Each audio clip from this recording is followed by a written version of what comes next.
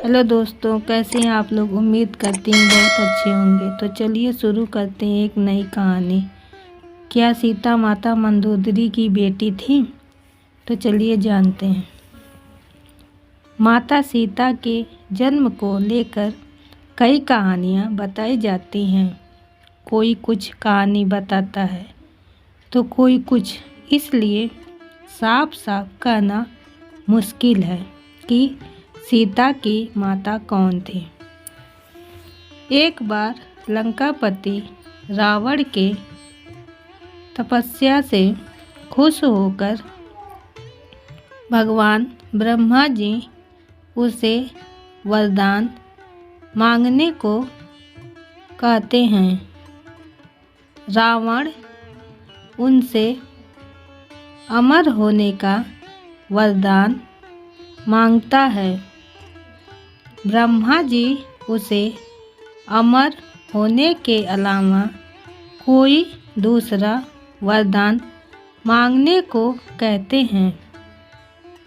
रावण वरदान में मांगता है कि मुझे सुर, असुर, पिशाच, नाग, किन्नर या अप्सरा कोई भी न मार सके। रावण मनुष्य द्वारा न मारे जाने के बारे में नहीं बोलता है, क्योंकि वह मनुष्य को तिनके के समान समझता था। वरदान पाने के बाद रावण हर तरफ तबाही शुरू कर देता है। एक दिन वह दंडकारण्य नामक जगह पहुंचता है, जहां ऋषि मुनियों का निवास था। रावण को ऋषि मुनियों को मारना उचित नहीं लगा, लेकिन वो उन ऋषि मुनियों को रक्त को एक कमंडल में भरकर साथ ले जाता है। वह कमंडल घृतसमद ऋषि का था, जो पुत्री की लालसा में माता लक्ष्मी से प्रार्थना करते थे कि वह उनके घर पुत्री के रूप में जन्म ले। इसके लिए घृतसमद ऋषि रोजाना पूजा पाठ के दौरान पवित्र मंत्र पढ़कर दूध की कुछ छींटे बूंदे कमंडल में डाला करते थे, जिसमें रावण रक्त भरकर अपने साथ ले गया था। रावण कमंडल को लंका ले गया और वह पहुंचकर कमंडल अपनी पत्नी मंदोदरी को देकर कहता है, यह विषैले रक्त से भरा है, इसे संभाल कर रखना और किसी को मत देना। कुछ दिन बाद विहार के लिए रावण किसी पर्वत पर चला गया जाता है। मंदोदरी को इस तरह रावण का जाना अच्छा नहीं लगता है। वो मृत्यु प्राप्त करने के लिए कमंडल में भरे विष का पान कर लेती हैं। कमंडल के रक्त को पीने के बाद कुछ समय बाद मंदोदरी गर्भवती हो जाती हैं। गर्भवती होने के बाद मंदोदरी घबरा जाती हैं कि महल में मौजूद अन्य लोग उनके बारे में क्या सोचेंगे। फिर मंदोदरी तीर्थ यात्रा का नाम लेकर कुरुक्षेत्र चली जाती हैं।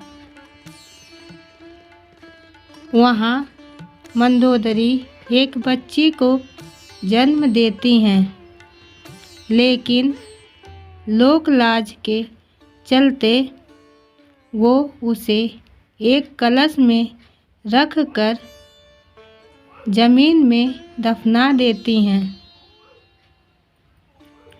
कुछ दिनों बाद जब राजा जनक भी कुरुक्षेत्र जाते हैं, वहाँ जाकर जब जमीन में हल चलाते हैं तो उन्हें वहाँ वही कलश मिलता है जिसमें मंदोदरी ने बच्ची को रखा था।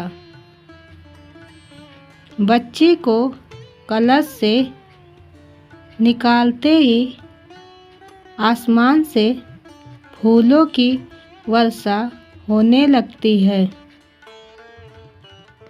और साथ में आकाशवाणी भी होती है। आकाशवाणी में राजा जनक द्वारा उस कन्या के लालन पालन की बात कही जाती है। हल के शीत हल के आगे का नुकीला भाग से टकराने की वजह से कलश मिला था। इसलिए राजा जनक ने कन्या का नाम सीता रखा। इसलिए माता सीता को जन्म को लेकर जो भी कहानियाँ व कथाएं हैं कहीं न कहीं सही हैं, लेकिन माता सीता को जनक पुत्री के रूप में ही हर जगह जाना जाता है। अगर कहानी में लास्ट तक रुके हैं तो एक लाइक ज़रूर करें। उम्मीद है आपको ये कहानी पसंद आई होगी। तो चैनल को सब्सक्राइब ज़रूर करें, क्योंकि ऐसी ही रोचक कहानी देखने को मिलेगी। और बेल आइकन दबाना ना भूलें ताकि अगली अपडेट सबसे पहले आपको मिले। धन्यवाद। फिर मिलते हैं अगली वीडियो में एक और नई कहानी लेकर।